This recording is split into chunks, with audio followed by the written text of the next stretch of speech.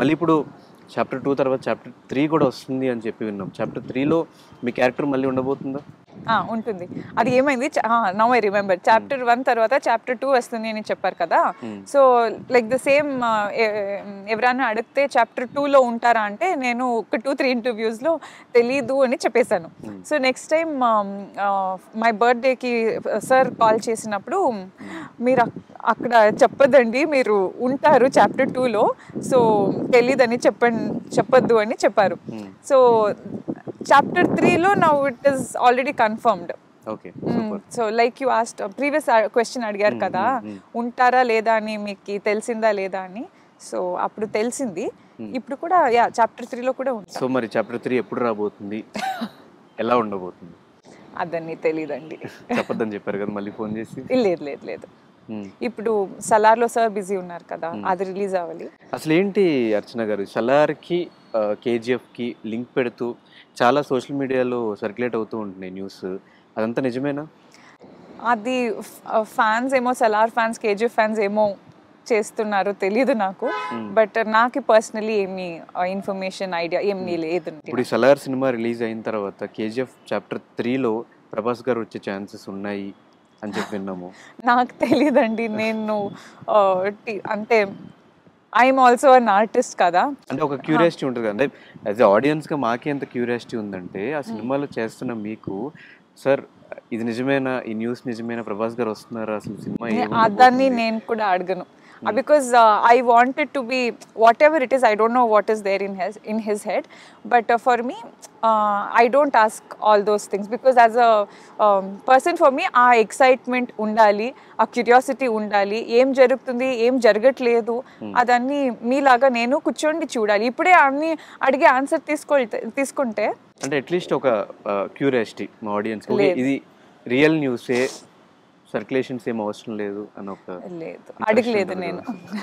Okay, అంటే ఒక Rocky bye ఉంటేనే ఆ సినిమా వితిన్ 10 daysలో 1000 crore క్రాస్ చేసింది అంటే, మళ్ళీ ఇద్దరు పాన్ ఇండియా స్టార్స్ ఉంటే ఆ సినిమా ఏ రేంజ్లో ఉండబోతుంది అనేది మాకు చిన్న అట్లీస్ట్ ఒక ఇమాజిన్ చేసుకోండి.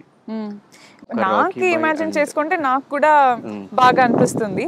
బట్ నాకు అది ఐడియా లేదండి, ఏమైతుంది నాకు తెలియదు. ఓకే, ఇప్పుడు అట్లీస్ట్ సలార్ ఎలా రాబోతుంది? సలార్ ఇప్పటికే ఒక పోస్టర్ రిలీజ్ చేశారు, ఒక టీజర్ రిలీజ్ చేశారు. ప్రశాంత్ నీల్ గారు మీ డైరెక్టర్, ప్రీవియస్ డైరెక్టర్ కాబట్టి ఏదైనా ఆయనతో డిస్కషన్ జరిగిందా? లేదు, వాళ్ళు చాలా బిజీగా ఉన్నారు.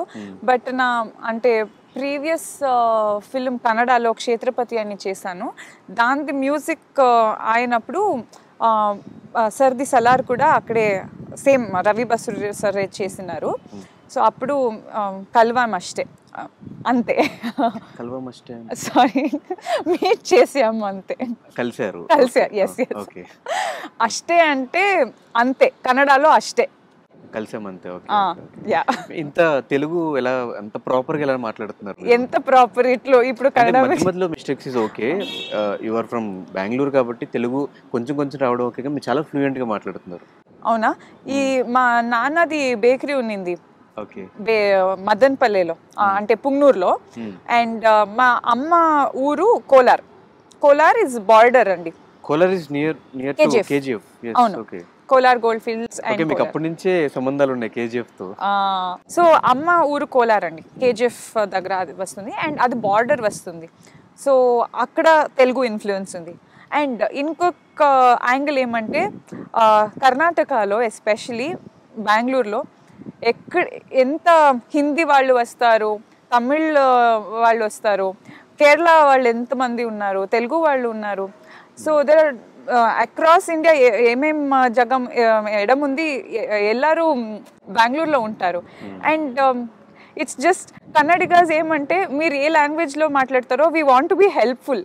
Every Kannadiga is like that. ఇప్పుడు మీరు చూడండి, తమిళ్లో మీరు వెళ్తే తమిళ్ బోర్డ్సే ఉంటుంది. ఎంతోమంది నా ఫ్రెండ్స్ ఉన్నారు, they find it so difficult to communicate and to read the boards, directions ఏమీ వాళ్ళకి తెలియదు. They have to depend on Google. But మీరు బెంగళూరు వస్తే అన్ని లాంగ్వేజ్లో మేము మాట్లాడతాము. I think just that Kannadigas are very welcoming.